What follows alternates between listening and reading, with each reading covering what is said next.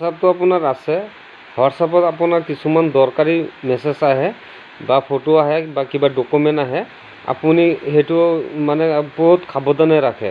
এতিয়া এনেকুৱা সাৱধানে ৰাখে যাতে কোনোবাই ডিলিট কৰি দিব নোৱাৰে। আৰু আপুনি কি কৰে যে মানে সদায় সতৰ্ক থাকে যে কোনোবাই ডিলিট কৰি দিয়ে নেকি।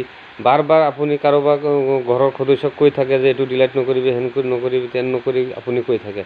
এতিয়াৰ পৰা আপোনাৰ তেনেকুৱা কোৱাৰ দৰকাৰ নাই। আপুনি কোনো মেছেজ ডিলিট হৈ যে যাব সেইটো চিন্তাৰো কৰাৰ দৰকাৰ নাই।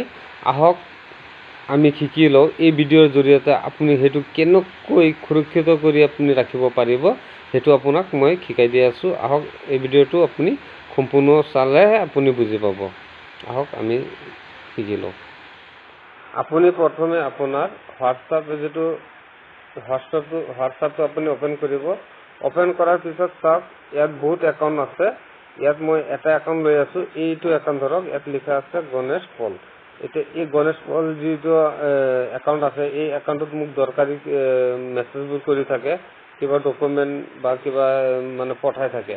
এতিয়া বাৰ বাৰ এইটো ওপৰতে থাকে, মই এইটো লুকাব নোৱাৰোঁ। এতিয়া মই কেনেকৈ কি কৰিম যে এইটো যদি কোনোবা সৰু ল'ৰা ছোৱালীয়ে যদি পাই যায় তেতিয়াহ'লেতো চব ডিলিট কৰি দিব।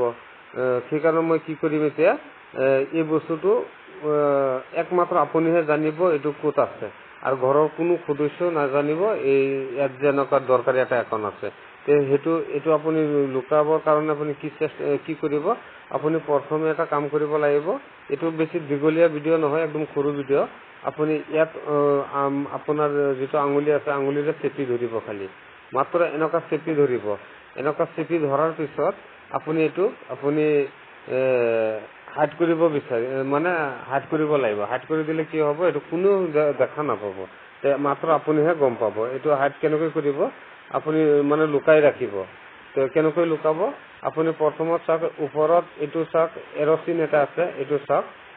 এই যে যিটো চিন আছে, এইটো চিনত মাত্ৰ আপুনি এবাৰ এটা টাচ কৰি দিয়ক। মই টাচ কৰা মাত্ৰই এই বস্তুটো চাওক, মানে এইটো নাইকিয়া হৈ গৈছে। এতিয়া আছেনে? নাই। এতিয়া ক'ত আছে এইটো, মই কেনেকৈ বিচাৰিম? এতিয়াতো মই এনেকুৱা কৰি দিলোঁ, এইটো বস্তুটো নাইকিয়া হৈ গ'ল। এইটো চিন্তাৰ কথা হয়নে নহয়? আপুনি চিন্তা কৰিবই নালাগে। আপুনি কি কৰিব লাগিব, আপুনি যদি তেওঁৰ নামটো মনত আছে তেনেহ'লে আপুনি ইয়াত চাৰ্চ যিটো আছে, চাৰ্চ বুলি লিখা আছে, ইয়াত গৈ পেলাই আপুনি টেপ কৰক।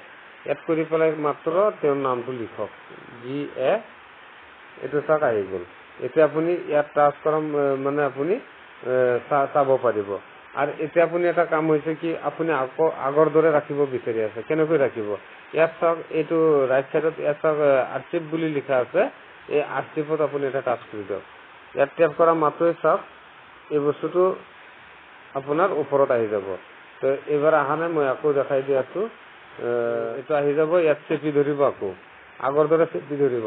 আগৰ দৰে চেপি ধৰি পেলাই ইয়াত চাওক বহুত অপশ্যন আছে। ইয়াত চাওক আনআৰ্চিভ বুলি লিখা আছে, এই আনআৰ্চিভত আপুনি এটা টেপ কৰি দিব। এই ঠাইটোত ইয়াত টেপ কৰা মাত্ৰ এইটো আগৰ দৰে হৈ যাব। আপুনি ইয়াত কাটি দিব, আপোনাৰ এইটো চাওক আগৰ দৰে ওপৰত আহি গৈছে। এইটো আপুনি বুজি পাইছে?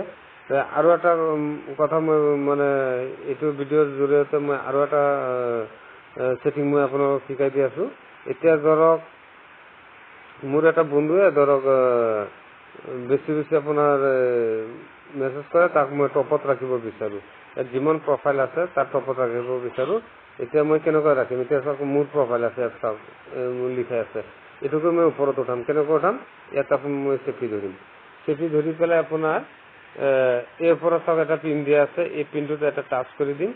এইটো অট'মেটিক আপোনাৰ যিমান একাউণ্ট আছে তাৰ ওপৰত আহি যাব। এইটো চাওক, আশা কৰিছোঁ আপোনালোকে বুজি পাইছে যদি ভিডিঅ'টো লাইক কৰি দিব, আৰু আপোনাৰ বন্ধুবৰ্গলৈ মানে শ্বেয়াৰ কৰি দিব, যাতে এই ভিডিঅ'ৰ জৰিয়তে তেওঁলোকেও শিকিব পাৰে। ধন্যবাদ।